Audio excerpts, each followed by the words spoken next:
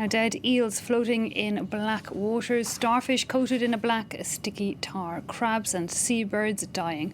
Volunteers working to clean up the oil spill off the coast of Mauritius are painting a dire picture of the situation and voicing concern over what could happen next, as tons of fuel are still on board the stricken tanker and cracks have been seen in the ship's hull.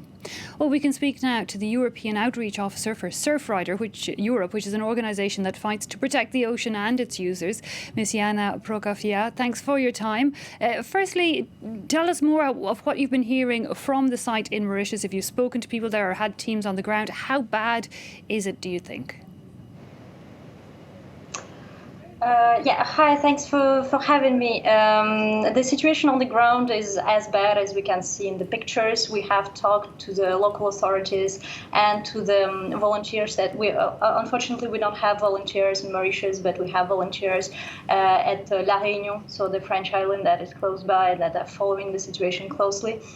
Also, because at the beginning there was a risk that it was going to the La Réunion, and now we see that fuel is concentrated in Mauritius. We see that there is a huge impact on local ecosystems. We see mangroves that are covered in crude oil, which is, of course, which will have devastating impacts on the whole rich ecosystem that they are key of.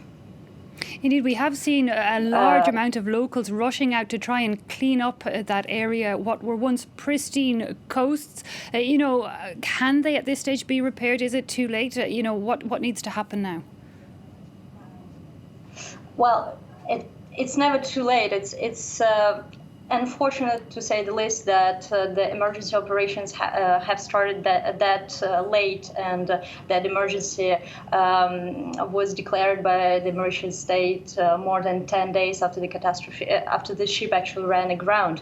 So now the two things that must be done are so we have to pump the oil from the ship before it breaks up, and that does not seem an easy thing to do because apparently the ship was not equipped, as it sometimes happens, with special equipment that would allow direct access to the oil that is stuck on board. So this is a pretty complicated operation, but it still needs to be done before the rest of the oil is sipped into the blue lagoons. And then we have to prevent the oil from spreading further, and with the installation of floating booms, which we are seeing the volunteers are doing on the ground right now. The floating booms that are pretty often filled with hair, for instance, that absorbs oil. So these are the two major steps, and then further cleaning will have to be done in the zones that are not so easy to access, for instance, the mangrove zones.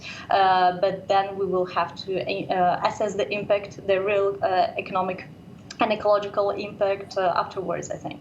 You mentioned there it took over 10 days for Mauritius to declare an emergency, to call for international help. What's your reaction to that? Any idea for the reasons behind the delay when such an accident happens? Unfortunately, we can only speculate about that. Maybe I think the country was unprepared for an ecological disaster of this scale, which is understandable. So we don't know the real reasons, but we have to take into account that also we are in the COVID situation. So this aggravated the crisis quite a bit as well, because since the borders are closed, no international aid could have been sent before Mauritius actually asked for help, and so now we know that France is actually helping on the ground. But it would have been great to see it happen earlier, of course. But we don't know why that happened. But of course, we do know Mauritius relies on tourism and its pristine, beautiful coastline. Can you give us an idea of the type of ecosystem that is in jeopardy there? I believe it is home to some quite unique species.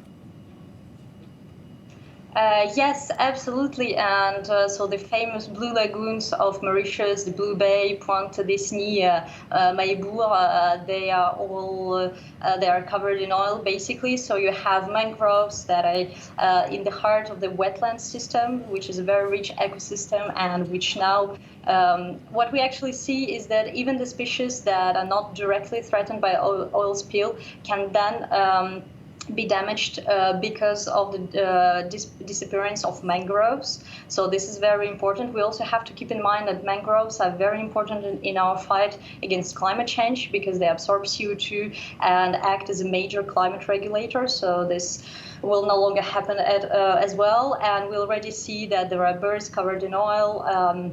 There are crabs, fish, of course, that is dying, and we will have to see the long-term effects of that as well as the chemical pollution will persist.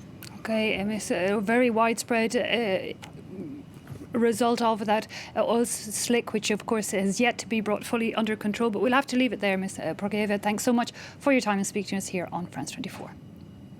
Well, that's where we're going to have to leave it for